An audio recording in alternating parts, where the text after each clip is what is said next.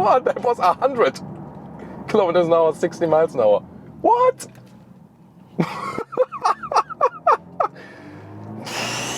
This is a driving review of the BMW i4 as the sporty M50. Here with Thomas and Autogefuehl, let's go. Mid-size segment, but the BMW i4 is not an electrified 3 Series, platform-wise yes, but it's more like an electrified BMW 4 Series Grand Coupe. Soon more to that. Here in the front we can already see a huge double kidney right there, but it's closed. Has this M badge right here because this is the sporty M50 version. There are also base versions available. Then in the blue accentuations here around the logo, signalizing the electric lineup, and the color here for today, a true Thomas blue. This is Portimao blue, but in the matte styling. So there's also a metallic Portimao blue available, but here then in the frozen style, how BMW calls it. Headlamps, standard LED, optional this year, the laser light then with blue accentuations. The length is at 4.78 m or 188 inches, so size-wise this plays in a region of a Tesla Model 3. Price-wise, something different, more to that later. Wheels come from 17-inch to maximum 20-inch. Here the M50, the sporty model, comes with 18-inch standard and then also optional these huge 20-inch wheels. And when you go for these, you also have in the rear these extended mud guards because the tires are just so much wider. The door handles are very integrated and this matte paint is so lovely. However, unlike in the iX where it just looks like this and you can open it, here they also fold up a little bit. It's also interesting.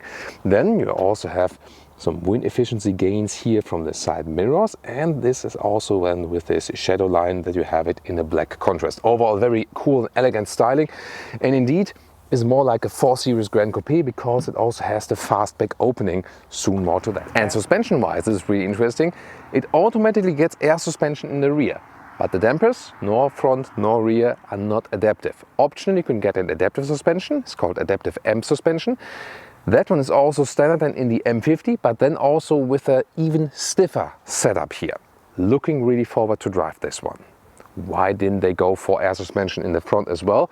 They say they want a more direct contact to the road, and this platform here actually does not allow air suspension on the front axle just from the building space, and they also want it to be a little bit more precise when turning in and turning out so that it doesn't, change the weight of the car in the front too much. With the electric vehicles there will be no differentiation between M performance models and true M models. It's just the M models. That's a new thing coming here with the EV lineup. So M50 is kind of then a true M model for them. All-wheel drive, one electric motor in the front, one in the rear. The rear one is stronger. If you go for the eDrive 40 version, you will only have rear-wheel drive. This one here goes top speed 225 kilometers an hour or 140 miles an hour. The rear-wheel drive version goes 190 kilometers an hour or 118 miles per hour. Guess you can live with that. In the lower part here, a diffuser style, strong fins here also in a vertical way. So overall, I think, especially in the 3/4 rear perspective, they really nailed the design, didn't they? Just a minor detail, by the way, these are these, 3-dimensional plastic number plates, and indeed they are more sustainable because if you compare them to the metal plates, they here use less resources in production and also they can be recycled better than the classic ones. Interesting, right? Sadly, there is no Frunk. This one here is going from the same assembly line like the BMW 4 Series Grand Coupe or the BMW 3 Series, so they are not using an EV purpose-built platform. This is one of the drawbacks then. But yeah, also their all-electric iX doesn't have a Frunk either, so BMW not so much about the Frunks. However, we can also talk about the power figures and the battery figures. 81 kilowatt hours net. It's actually quite a reasonable size for that, and projected range 500 kilometers or 300 miles. We'll see in the driving part if this is true. And acceleration figures here for the M50, 3.9 seconds to 1 kilometers or 62 miles an hour. And then 5.7 it would be for the eDrive 40, the base model then with rear-wheel drive. And recharging, 11 kilowatt AC or 205 kilowatt DC. Then from 10 to 80% in 30 minutes at an according charging station. Car key looks like this. It's the classic 3 Series car key, but slim and light, and I really like it. Classic stuff. And then door handles once again fold out like this. What about the door closing sound? It's frameless though, and Yeah, here the door closing sound is really bad actually. Nice, however, the interior build quality, soft touch here, and also how the handles are being, formed out. So Hofmeister King design clue for the inside. And then the M50 comes with the M steering wheel, also with contrast stitches then here on the inside. The i4 in general with the blue BMW electric badge. And then seating wise, this is very interesting. These here are the sport seats, and this is also the animal skin equipment, because you can see it here when it's like in this, many separate, parts. There you can see that this one then is from animal skin origin. However, standard here for the M50 model would be a surface mix of Alcantara and Sensatec, animal free. And for the base seat you start with fabric and Sensatec mix. And for the i4 you can also get pure Sensatec seats. They are also perforated, beige, black, brown or red, so 4 colors available. The ventilation function is not yet available, but BMW told me they are working on a perforated, ventilated Sensatec seats, and this would actually also be the most choice or the most frequent choice for the majority of customers. Oh, by the way, why did I switch to the big microphone here for the interior? Well, there are so many electric interferences that you hear that more on, the attachment microphone. This one here covers it a little bit better. Seating position here in the front, we really know it. It feels like in the 3 Series or like in a 4 Series, completely normal. It's not the most comfortable for long journeys, I have to say. Steering wheel, however, can be adjusted up and down, in and out, and so on. So you feel that it's not an electric platform, otherwise you would have more space in the front. Headroom, by the way, without the panoramic roof, here 1m86, 6'1", enough left. But again, it's rather a little bit cramped. Cockpit overview, again, similar to 3 Series or 4 Series, but then you have this widescreen cockpit, 12.3-inch left, 14.9-inch right, this curved display. This, of course, pretty fancy, but the thing is, then there are no manual dials for the climate unit. You do not have manual climate dials, however, at least a manual volume knob. In that M50 here, nice carbon fiber decor element. In the digital instruments, we can see left side the speed, right side the e-power, and on the lower end then you see the recuperation. In the middle part you can adjust what you want to see, for example also map info. And the head-up display is of course always a nice option to have. It's nice that we still have traditional dials here at the steering wheel, left side for cruise control and right side here for example for the volume. And then there's operating system 8, completely new. This is one of the menu styles, but I think it looks kind of outdated a little bit. Climate unit always stays here in the screen. That's of course not that practical. You can use voice control. Yeah, but manual climate dials, most of us agree that it would be more practical. Then here on the left side, usually, you know this from the OS7 or OS6, here you have hotkeys to CarPlay. That's actually quite good. But then again, below that would be the car menu. And that is then here, hidden in this whole thing in live vehicle. But why can't I access this here, right again at the hotkey part left? So I don't really get it. However, what's good is with the new system here, it's actually, better as for the CPU power. So here, zooming in and out at the map, this is actually very, very good overall. And here the CarPlay, nice integration like this. And we also have a decent sound from that Harman Kardon sound system. Woo! Yay! This one still has the typical BMW wings light in the top. Nice carbon fiber cover here for the middle part. And then typical inductive charging pad here for your phone. This one still gets really hot. In the newer vehicles they also will have a ventilation system for that. Then adaptive cup holders right there, and the shifting lever with a nice blue electric accentuation. And here you can also pick the driving modes, and the most power you will only have in the not only sport but sport boost mode. Classic control knob here, as we know from the 3 Series, and also here underneath the armrest with a USB-C charger and some more space. Well, and here's the biggest problem about this vehicle. Once again, due to the platform, I can hardly fit here in the back part. Headroom is quite okay, but legroom, it's kind of not existent for tall adults. And in the middle part, I can't even move here in the back part. It's not too uncomfortable from the bench itself and so on, but just not enough space, definitely, considering the length of the car. Here, USB-C chargers and the rear climate unit. There you can see how big this middle tunnel is, once again derived from the combustion engine platform. And here cup holders for the middle armrest. Pricing wise, around 60,000 euros or dollars for an entry model, and here for the M50 around 70,000. That's of course way more expensive than the Tesla Model 3. However, you can also compare them to the more powerful ones. But what's better here with the i4 than with the Model 3, it does have a fast brake opening of the hatch, and that, you know, with one with 6x1, I can stand underneath it, easy access in and out, maybe even putting a bicycle in and so on.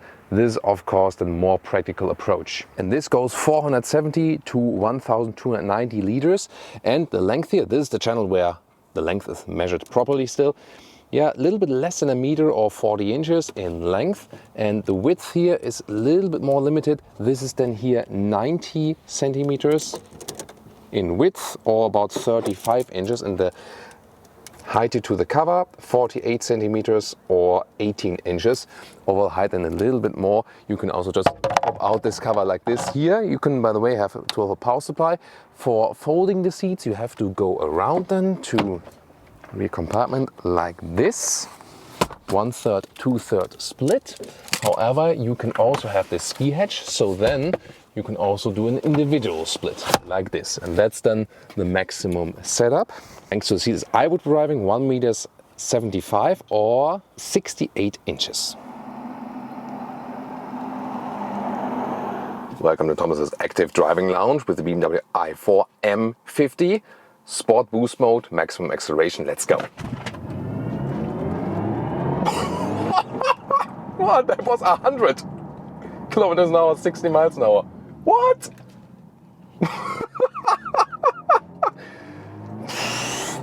Holy moly. I mean, yeah, it was slight, a little bit downhill, that part, but what the hell? You also heard this sound theme they have installed here, cooperation by Hans Zimmer. Whew. And if you compare it, yeah, I mean, to something we heard before, Porsche Taycan or something, Audi e-tron GT, it's not the, you know, strongest or harshest sound. It's still somewhat subtle, but definitely here in the sport boost mode, the strongest one. One more time where you can see the speed because of the different camera mount. Let's go.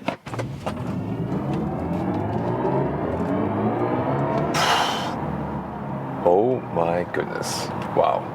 This is really something. But the steering feeling, especially while accelerating, is very unusual BMW. It kinda even feels out of control a little bit. Not too happy with that actually. Yeah, kinda mixed, no, not mixed feelings, bad feelings about this indeed. Yeah, but you know, slalom-wise, by the way, how the chassis reacts and so on, this is really superb. But once again, there also feeling in the steering, not to my liking indeed. All-wheel drive, one electric motor in the front, one in the rear. The rear one is more powerful, and the chassis itself and the steering and so on feels kind of like BMW 3 Series or the 4 Series Grand Coupe. What is different here is definitely that we have more weight. So when we're, for example, going downhill, the car pushes a little bit more to the corners. Yet at the same time, we have a lower center of gravity because the battery pack is so low and centralized in the vehicle, and that again helps the agile driving feeling. So considering that this one here is way heavier than the combustion engine models, you don't feel it actually, because it also kind of sucks you to the ground due to that low center of gravity, and that's really cool. As for the steering feeling, you know, it's actually quite okay. So I feel they also improved it if you compare it to the 3 Series and the 4 Series. There was also always this kind of issue that, you know, it didn't give too much feeling in the low degree angle.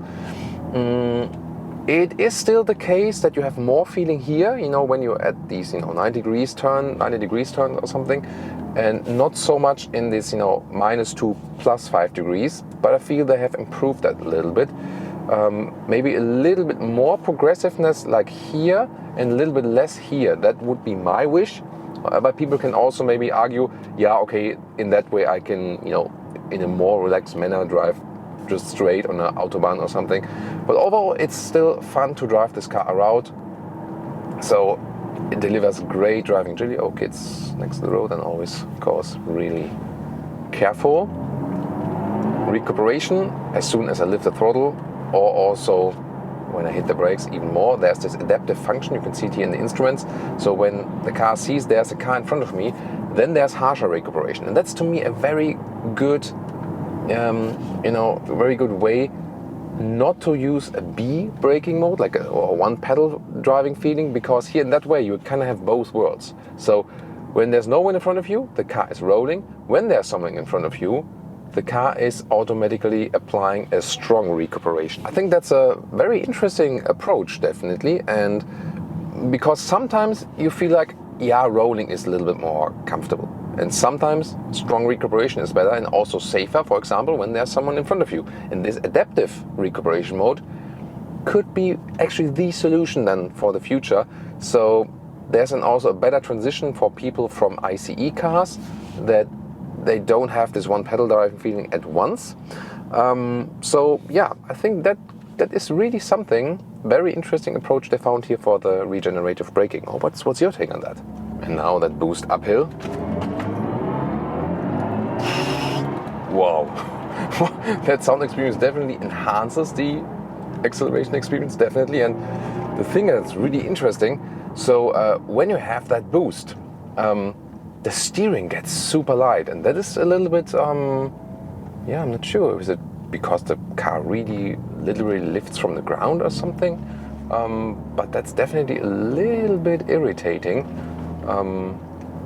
To me, overall the steering is a little bit too light, and I think definitely, especially if you go from in a sports mode, it should actually be heavier.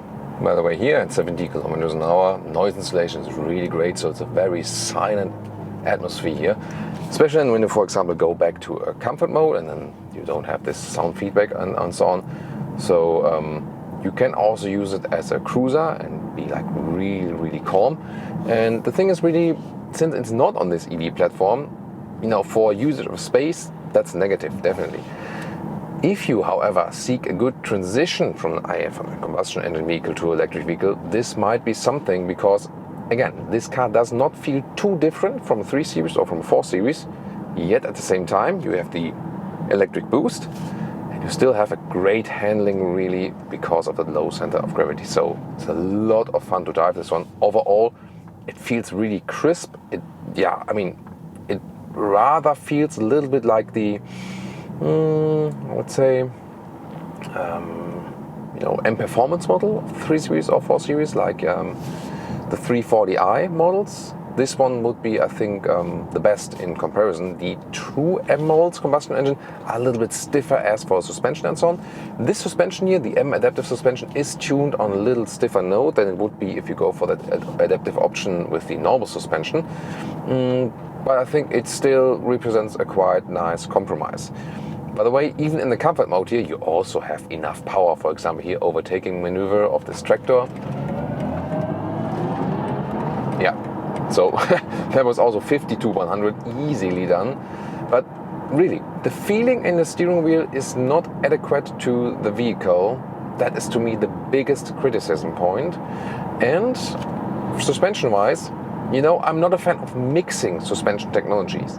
They have air suspension in the rear, but not at the front. Yeah, they said that due to this platform being used, usually you don't have air suspension there in the front. You cannot really do that, and they also want a more precise turning in and turning out and so on. And they would need to use the bigger platform to offer air suspension in the front. Yet at the same time they went for air suspension in the rear because of the heavy battery pack, and also when you then put some load in the trunk and so on. But to me, this is not really mixing that well. It might be something because I'm really finely tuned my body to feel these soft nuances. But I feel that the rear is a little bit softer. It's actually quite good, and that the front is a little bit stiffer, sportier. And I don't think it's a good mix. Either go for the smooth setup, both front and rear, or go for a stiff setup, front and rear. It's something talking about a very, very high level with a fine nuance tuning. But still, I don't think that's a good decision. So definitely great boost, great handling. Steering feel, they need to improve that, make it a little bit stiffer, make it more natural. Yeah, and suspension technology wise, I think it would have been better if they left out the air suspension in the rear and just put some good adaptive dampers on it, front and rear, and that would have been better definitely for the whole driving performance. We'll also head out to some faster driving to test more about the noise insulation and so on. But overall, I think we can already say from driving, this is here for a transition from combustion engine to the electric vehicles. And of course, still yet to come, all about the efficiency and the range of this one here. And on the motorway, that was 50 to 130. Wow, that goes so quick. It's really astonishing. Wow. And now at a normal motorway speed of 120 kilometers an hour, so like 70 miles an hour. Let's set it to the cruise control. So also, you can switch to normal cruise control and also the assisted driving mode. And then we also have a lane keeping assist. Let's see how that one plays out.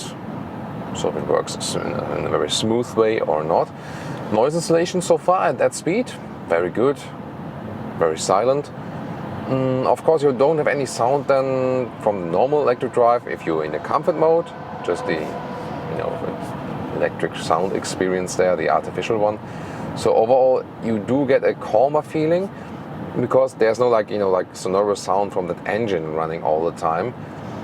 That might also be an effect where you say like, hey, that's calming for me, So I'm also still looking forward for electric vehicles that are actually just mimicking the ICE sounds. I think it would be a better idea than letting them all sound like spaceships, So because we like to have, like 6-cylinder or 8-cylinder sounds because it touches something very basic in our, feeling and understanding. So there's even that theory that it reminds of us being, like a baby or even embryo inside the mother's body and feeling and hearing the heartbeat, that these low frequency sonorous sounds are somewhat calming to us, and that's why we like a V8 sound. And when this is actually true, why can't I just select V8 sound, V6 sound here in that menu?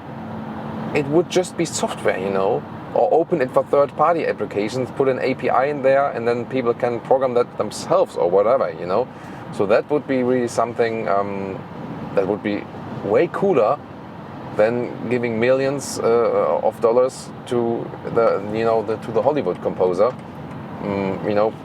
for this. I don't see the big benefit in that one, Make something more fun and cool. That's my take on it. Looking forward to your comments. So let's induce this lane keeping assist. Let's go a little bit to the left, to the right. Let's see how the lane is being kept when I'm moving up to the left. Yeah, there it is. So a subtle intervention. Then we also have a blind spot monitor.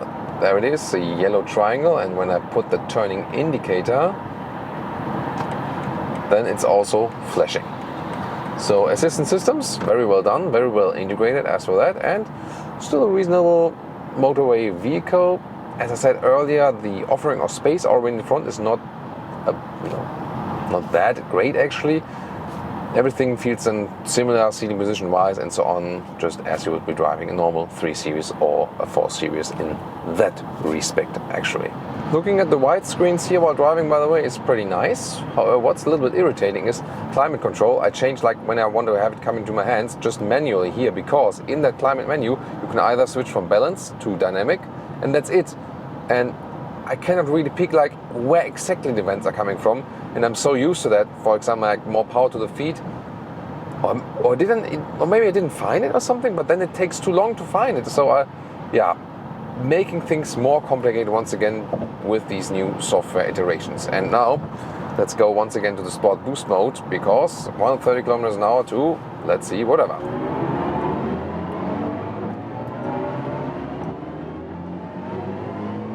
That's a 200 kilometers an hour, 125 miles an hour.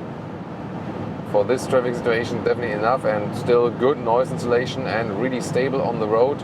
So yeah, I mean, the surplus in weight is in this case maybe even a good thing in that case, but Once again, the steering feeling, that is the thing that is lacking to be one with the vehicle in that case. Well, and as for the average energy consumption, like 19 kilowatt hours on 100 kilometers, so that's some 30 kilowatt hours on 100 miles, means a range of 430 kilometers or 270 miles. That is not as much as promised, but still, you know, somewhat decent result considering it's not an all EV platform. Well, it was critical with some aspects, but nevertheless, the rigidity of the chassis and the driving dynamics and the overall fun and also calmness on the road with this vehicle is excellent, just as we know from the 3 Series or 4 Series Grand Coupe. So there's no denying the fact that they're still ahead in these hardware issues if you also compare Tesla, which then, you know, has some other advantages. You can check them out, Tesla Model 3 versus Polestar 2, our review. And of course also maybe, yeah, Porsche Taycan rear-wheel drive. That might also be a competitor here, especially of the M50. See you at these videos.